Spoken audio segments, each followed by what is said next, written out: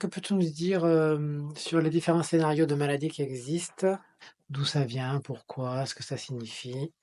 Il faut déjà savoir qu'en énergétique, on n'a pas qu'un seul corps, on n'a pas que le corps physique, on a différents corps subtils et bien souvent avant que ça apparaisse dans le corps de matière, le corps physique, les scénarios de maladie sont installés déjà dans les différents corps subtils. On peut les voir, un énergéticien va pouvoir déceler s'il y a déjà une maladie qui est en formation dans d'autres corps subtils. Moi, à l'époque, j'avais un cabinet où je recevais les gens et ça m'est arrivé de voir dans les corps subtils qu'il y allait y avoir une maladie qui était potentiellement déjà là et qui pouvait descendre dans le corps physique. Donc il y a certaines personnes, je les ai orientées vers des praticiens pour déceler si effectivement il y avait une maladie qui était en train de se former dans le corps physique, ce qui a été le cas pour une personne qui était déjà en train de se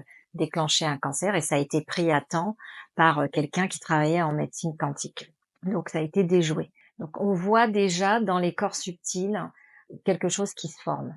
Donc ça, c'est déjà un premier point. Alors pourquoi ça se forme? Souvent, il peut y avoir du karma, donc des maladies qui apparaissent, qui sont des maladies karmiques, qui vont au fur et à mesure de notre évolution apparaître, où il peut y avoir un choc émotionnel qui va faire apparaître cette maladie à la surface. Donc ça peut être des chocs émotionnels aussi, des maladies karmiques qui reviennent en fait parce qu'il y a une leçon d'âme à apprendre à travers la maladie. Il va y avoir une leçon, une expérience à traverser pour que notre âme puisse progresser. Alors souvent, ce sont des maladies qu'inconsciemment on s'est créées, la plupart du temps d'ailleurs, hein, ce n'est que inconsciemment qu'on se crée des maladies. On se crée pas des maladies volontairement, mais à plusieurs niveaux, donc au niveau de l'âme, il se peut que ça soit inscrit que la maladie va servir à la personne pour évoluer, pour ascensionner. Alors c'est pas toujours le cas. Quand ce sont des maladies karmiques, ce sont des expériences de vie qui se sont cristallisées et qui ont atteint un niveau de cristallisation assez intense. Et quand on revient, donc on se réincarne sur Terre, eh bien il va y avoir une descente de ce karma qui va se matérialiser au niveau du corps physique.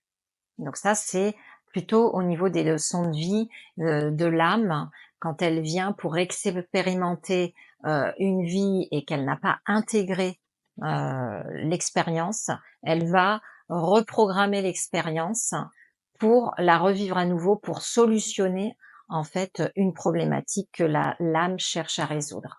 Et donc ça peut se matérialiser sous forme de maladie. C'est pas nécessairement le cas, mais quand ça survient au niveau de la maladie, eh bien, on peut aussi aller chercher qu'est-ce qui fait qu'au niveau de l'âme, cette maladie s'est créée, quelles sont les croyances derrière, quelles sont les expériences, quelles sont les vies qui sont à l'origine de ce scénario de maladie. Toutes les maladies sont dues à soit des choix karmiques, de l'âme pour vivre telle ou telle expérience. Elles peuvent pas venir simplement du vécu, ici, de l'expérience, ou du hasard, simplement des choses, qui nous arrivent dans la vie? Alors, le hasard n'existe pas.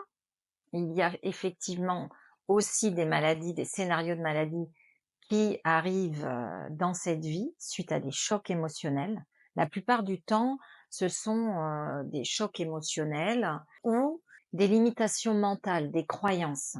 Il y a toujours des croyances racines à l'origine d'une maladie.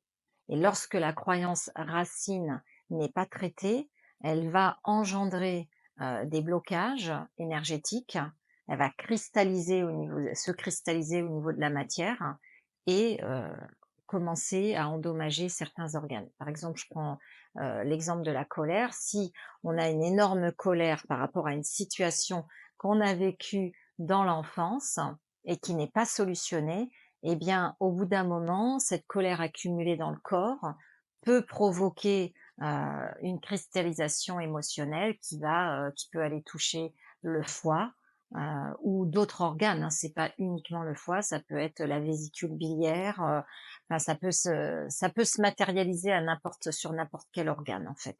Bon, après dans la médecine chinoise, il est dit que certains organes correspondent à certaines émotions, donc notamment le foie, est plutôt, localisé, au niveau de l'émotion de la colère, et donc comme lorsqu'il y a une émotion qui n'est pas évacuée et qu'on garde comme ça pendant, 10 ans, 20 ans, 30 ans, eh bien, ça peut générer effectivement un symptôme, une maladie, qui va devenir chronique et voilà. Donc après, comment on peut se libérer de ces scénarios de maladie?